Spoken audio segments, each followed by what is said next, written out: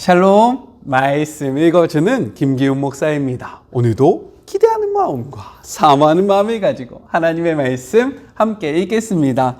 요한복음 3장 22절부터 36절까지의 말씀입니다.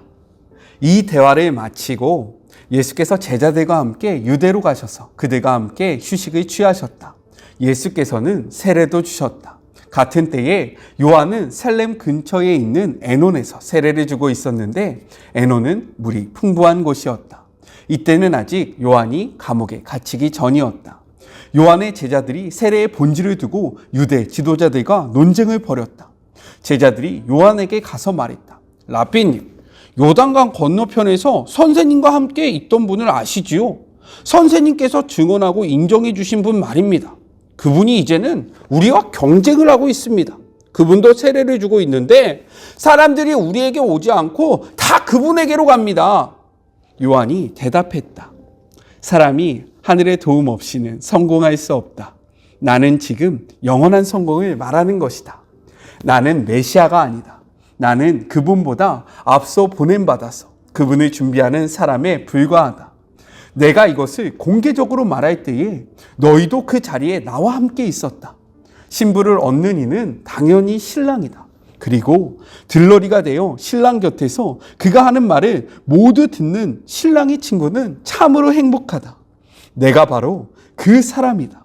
이제 결혼식이 끝나고 행복한 결혼 생활이 시작되는 것을 잘 아는 신랑의 친구가 어떻게 질투할 수 있겠느냐. 그래서 내 잔이 넘쳐 흐르는 것이다. 지금은 그분이 중앙 무대로 나오시고 나는 가장자리로 비켜나야 할 순간이다. 위로부터 오시는 그분이야말로 하나님께서 보내신 다른 어떤 심부름꾼보다 뛰어나신 분이다. 땅에서 난 자는 땅에 매어서 땅의 언어로 말하지만 하늘에서 나신 분은 우리와 차원이 다르다. 그분은 하늘에서 직접 보고 들은 것을 증거로 제시하신다. 하지만 아무도 그 같은 사실에 관심을 두지 않는다. 그러나 그 증거를 면밀히 살펴보는 사람은 하나님이 곧 진리라는 사실에 자기 목숨을 걸게 된다. 하나님께서 보내신 그분은 하나님의 말씀을 전한다. 하나님께서 성령을 조금씩 나누어 주신다고 생각하지 말라. 아버지는 아들을 한량없이 사랑하신다. 아버지는 아들에게 모든 것을 맡기셔서 아들로 하여금 그 선물을 아낌없이 나눠주게 하셨다. 그래서 아들을 받아들이고 신뢰하는 사람은 누구나 그 모든 것, 곧 온전하고 영원한 생명에 참여하게 된다. 어둠 속에 있어 아들을 신뢰하지 않고 외면하는 사람이 생명을 보지 못하는 것도 그 때문이다. 그가 하나님에 대해 경험하는 것이라고는 온통 어둠, 지독한 어둠뿐이다. 이것은 하나님의 말씀입니다. 오늘 말씀을 나누기에 앞서서 우리가 함께 나누지 못했던 토요일과 주일의 말씀을 간략하게 이야기하고 오늘의 말씀을 함께 나눠보도록 하겠습니다. 토요일은요, 3장 1절부터 15절의 말씀으로 예수님께서 니고데모와 대화를 하는 내용이 담겨져 있었어요. 이 대화의 핵심은 거듭남이었습니다. 그러나 니고데모는요, 예수님의 말씀을 이해하지 못했어요. 그 이유가 무엇이냐? 이 땅의 상식으로 예수님의 말씀을 이해하려고 했기 때문입니다. 우리도 동일해요. 하나님의 말씀을 세상의 상식으로 이해하고자 하면 절대로 이해할 수 없다라는 거예요. 하나님의 말씀은 세상의 상식 안에 갇혀있지 않기 때문입니다. 주일은요, 3장 16절부터 21절의 말씀으로 하나님이 예수님을 보내신 이유에 대해서 이야기하며 예수님을 바라보는 두 반응에 대해서 기록을 하고 있습니다. 너무나도 중요한 말씀이라 같이 한번 읽어보고 넘어가 보도록 할게요. 16절의 말씀입니다.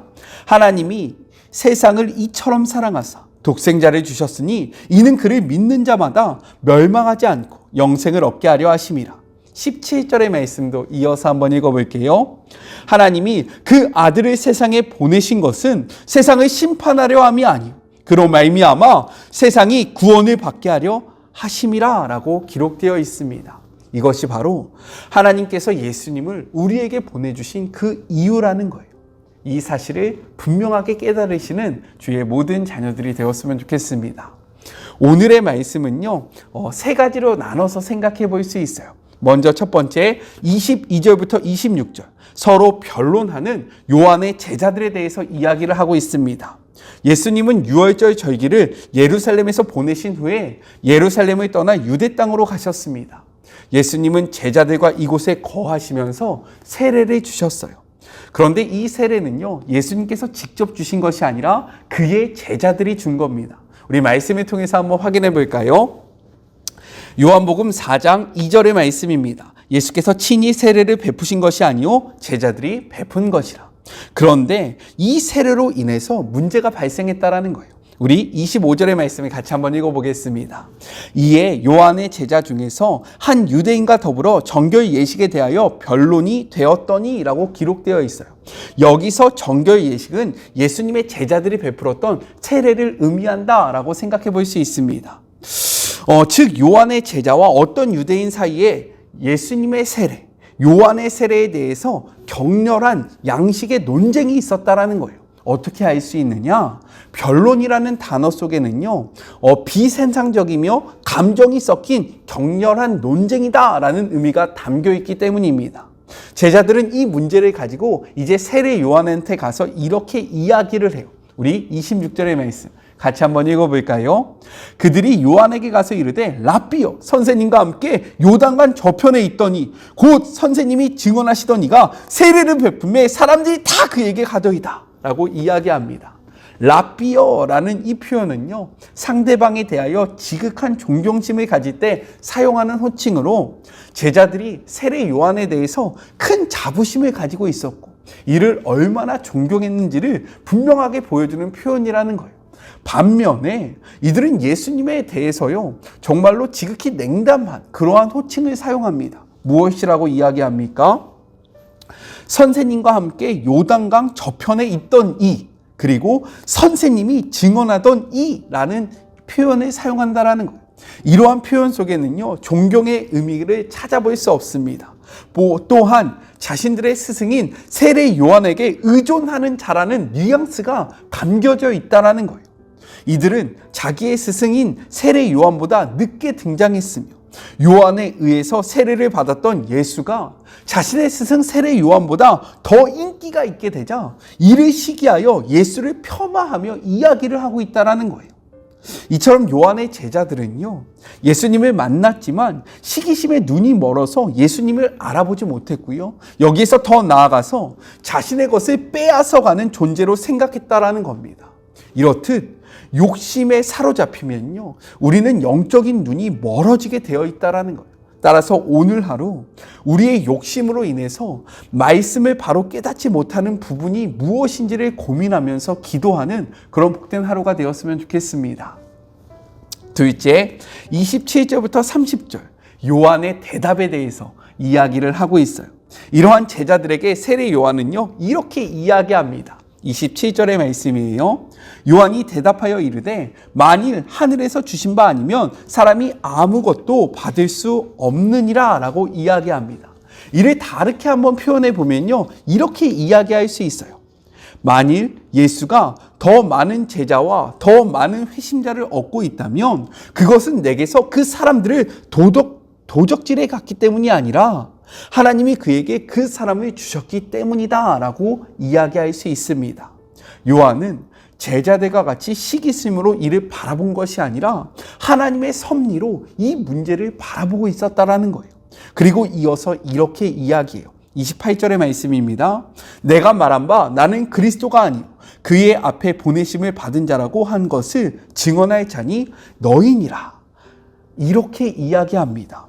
요한은 계속해서 이야기를 하고 있었어요. 무엇을 이야기했습니까? 자신이 메시아가 아니라는 사실을, 그리고 예수님이 하나님의 아들이시며 세상의 죄를 지고 가는 하나님의 어린 양이시고 성경이 말하고 있는, 성경이 증언하는 메시아라는 사실을 힘있게 그리고 담대하고 분명하게 선포했다는 사실입니다.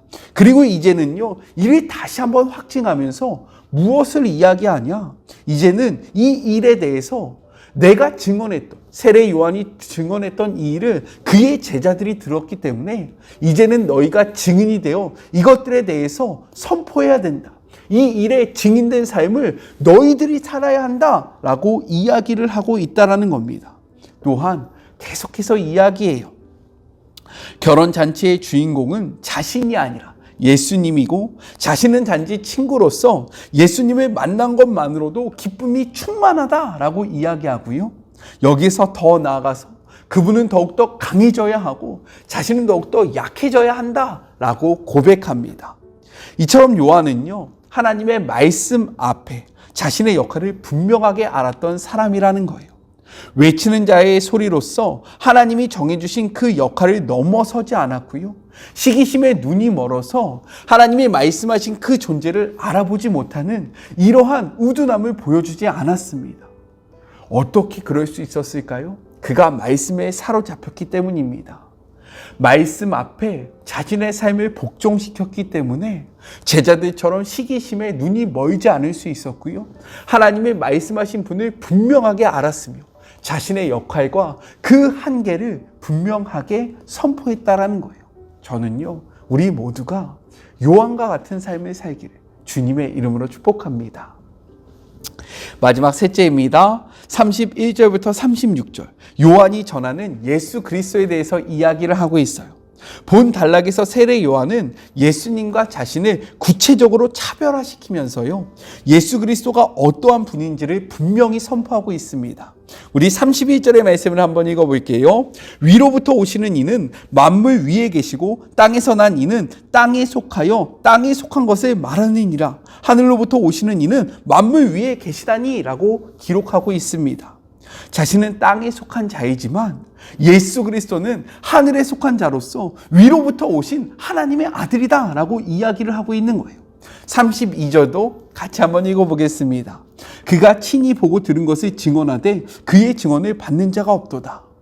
이 말이 무엇이냐면, 우리는 보고 들은 것, 우리가 들은 것을 전달하는 전달체에 불과하지만 예수님은 직접 본 것, 직접 본 것을 증언하는 그러한 삶을 사시는 분이다. 즉 예수님은 하나님과 같은 분이다 라는 사실을 이야기하고 있습니다. 우리 34절의 말씀도 같이 한번 읽어보겠습니다. 하나님이 보내신 이는 하나님의 말씀을 하나니 이는 하나님이 성령을 한량없이 주심이니라. 또한 우리는 하나님의 말씀을 전달하는 자일 뿐이지만 예수님이 하시는 말씀은요, 곧 하나님의 말씀이시다라고 이야기하면서 예수님과 하나님이 동일한 분이라는 사실을 이야기하고 있습니다. 또한 예수님은 성령을 조금 소유하는 분이 아니라 제한 없이 소유하셨기 때문에 제한 없는 성령으로 말미암아 우리에게 성령 세례를 주실 수 있는 분임을 선포하고 있다라는 거예요. 그리고 35절을 통해서 만물이 그분의 소유임을 선포하고요, 36절을 통해서 영생이 그분께 달려있음을 이야기하면서 하나님을 알아보는 자, 예수님을 알아보는 자는 이러한 영생을 얻게 되고 예수님을 알아보지 못하는 자는 이러한 영생을 소유할 수 없다라고 이야기를 합니다. 요한은요, 이 말씀을 통해서 예수님이 어떠한 분인지를 분명하게 알고 있었고 분명하게 전하고 있었다는 사실을 우리는 주목해야 합니다. 우리도요, 요한과 같은 삶을 살아야 한다는 거예요. 우리가 세상 속에서 예수님을 소개할 때에 그냥 우리의 머릿속으로 만들어낸, 우리가 상상하는 그러한 예수님을 전하는 것이 아니라 성경이 분명하게 기록하고 있고 성경이 증언하고 있는 예수님을 전해야 된다는 거예요.